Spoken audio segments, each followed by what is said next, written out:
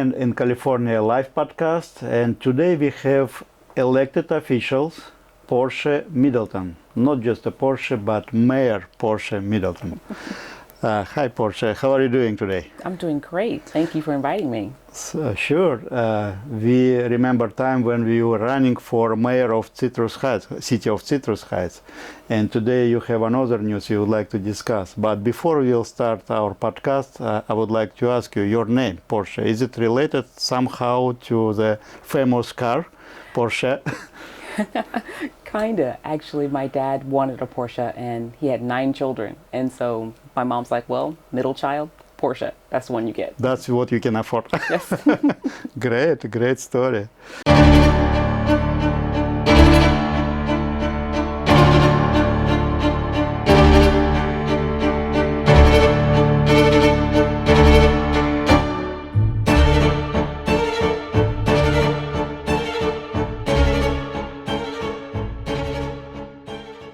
Porsche, tell us more what inspired you to pursue a career in politics and how did you get started in local government? That's an interesting story. My dad was military and we spent a lot of time in community and doing projects and building things. And I always liked that part of that. And as I got older and went to college, I interned at the mayor's office in Louisville, Kentucky. And so I worked on a lot of community projects, did a lot of things, built bridges, like all kinds of exciting stuff. And then I'm like, oh, well, politics doesn't pay the bills. So I'm like, well, I got to go get a real job, right? Right. So my husband and I we worked for Boeing for a while, and I didn't like it. It wasn't my calling. I wanted to be out amongst folks. And so when we moved to Citrus Heights, I saw that there was an opening on the city council, and I got up all my courage and I submitted my papers. I said, I can do this. I can help build community. And I ran the first time and I lost. I had a blast. I really enjoyed what I was doing. And so I became a planning commissioner, learned even more about the city. And then I ran again and won. And from that point on, I've just been doing my own thing and just figuring out how to make things better. Yes, I remember a lot of Russian-speaking community voted for you by this time. We did story about this, right? So, and now you say you want to move to next level of your election. Official election, right? You would like to be in California Assembly. So what motivated you to go to California Assembly seat? Well, a lot of the things I'm doing at the council level, I can bring that knowledge into the state level. So I'm not just a council member. If you don't believe it, like that's not enough of a job, right? Being a mama too and doing the council thing. But also I sit on statewide boards and commissions that deal with housing, water, transportation. And a lot of these issues that we're having in our state can really be solved if we're really innovative about how we're approaching these problems and finding solutions. So I said, okay, well, I think now's the time for me to take what I've learned over the past, nearly decade in office and take it to the state level and really try to focus on finding real solutions around homelessness, education equity, transportation funding, and really making sure that the folks who are in our district are getting the support they need in order to be able to live successful lives. And that's what we're trying to achieve, right? Yes. So how do you balance needs of your local community with interest of the broader state, and what do you see as the role of Assembly in addressing these issues? The role of Assembly is to not create solutions for problems where we don't have, right?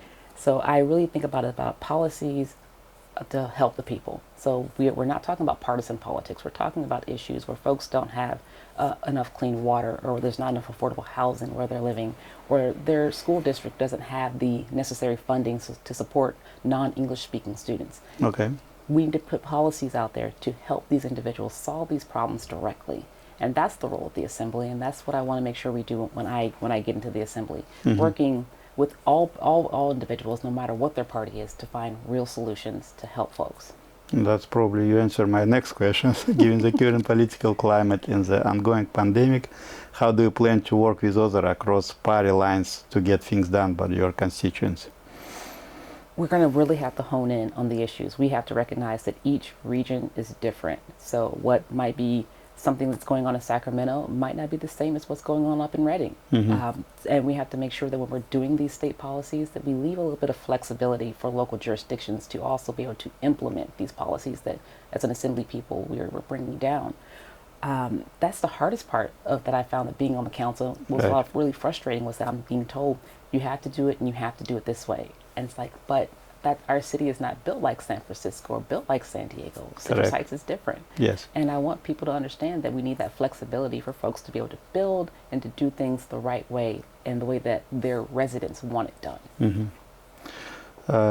Mayor Middleton, how will you promote economic growth and job creation in the region, and what specific policy proposals do you have to achieve these goals?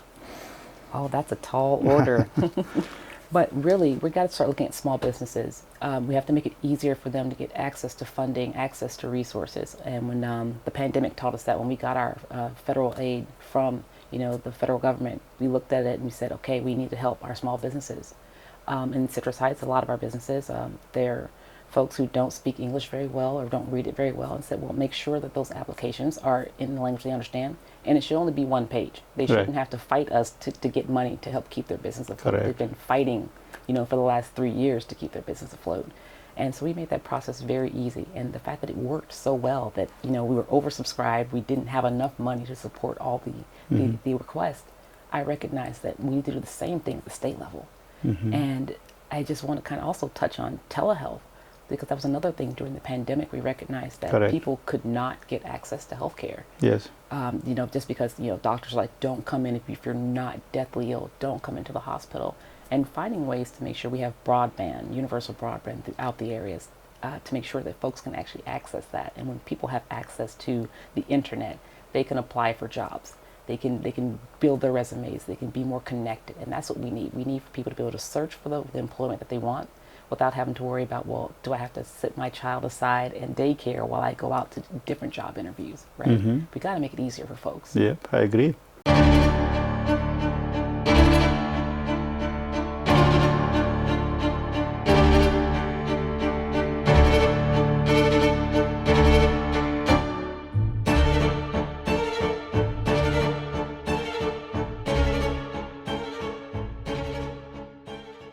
Mayor Middleton, what do you think are some of the most pressing environmental challenges facing the region, and how do you plan to address them?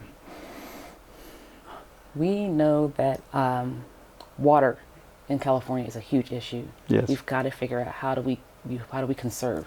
And I know folks are really tired of hearing about you got to conserve, don't water your lawns. But we are in a crisis where when we had the massive rains earlier this year, and we had a whole cities flood. Right. We just weren't prepared. Our dams weren't ready. Our reservoirs weren't ready. We have to start building into our infrastructure and making sure we're getting on track with that. And also looking at the environment and knowing that we have to start preparing for a green economy. Mm-hmm. So I went to the Hydrogen Leadership Summit earlier this week, and I saw a fully hydrogen-supported semi-truck. Mm-hmm. And that was amazing to me. I was like, wow. So my husband and I were engineers. I'm like, hey, did you see this? This is so awesome. This is a great opportunity for our state to be the leaders in innovative thought. And how do we get there, right? And I want to be a part of shaping that dialogue and that dream of how do we get ourselves to a more green economy that's more sustainable. Right. Thank you very much for your answer. And how do you plan to address issues of equity and social justice, particularly given the ongoing national conversation around these issues? We have to really come from a place of curiosity and understanding. We're not attacking folks. We know that every one of us are different. You and I are very different. And understanding that we're not trying to make bad guys here. No one's the bad guy, but we can do better. So just being open and honest about those conversations when we're talking about them at all levels, when we're talking about them in our communities, how we're building our housing, about transportation, where transportation is and is not, where food is and is not, right? Because we have food deserts. And we have areas where folks are food insecure. Why is that? Let's really be curious about those inequities. Even with law enforcement, we know that law enforcement serves a tremendous value to our communities, but making sure that everyone understands that, like, we all have biases, where none of us are perfect, and just coming from a place where understanding and love and compassion to address those issues as we make policy moving forward. Right. And festivals like our International Kids Festival help actually put together all different communities and do great educational. I love coming just because of all the different kind of food. Right. And what experience or skill do you personally bring to the table and make you uniquely qualified for this role in assembly? And why do you think voters should choose you over your opponent? You're talking about assembly seat you're running for. Right. I think that what I bring to the table is a vast knowledge of how this process works. Nearly a decade, my second term on the council, I've been working in these areas, building policies. So when I'm sitting on these boards and commissions and we're looking at bills that legislators are writing, I'm knee deep in that, elbow deep in that work about how does it work and is it going to work, and being very thoughtful about that. I think that's what the voters want to see. They want to see somebody who's being very thoughtful and putting them first. And Right. that's what I've done my entire career. I've been putting the people first. The politics, to me, I don't like it. It's messy.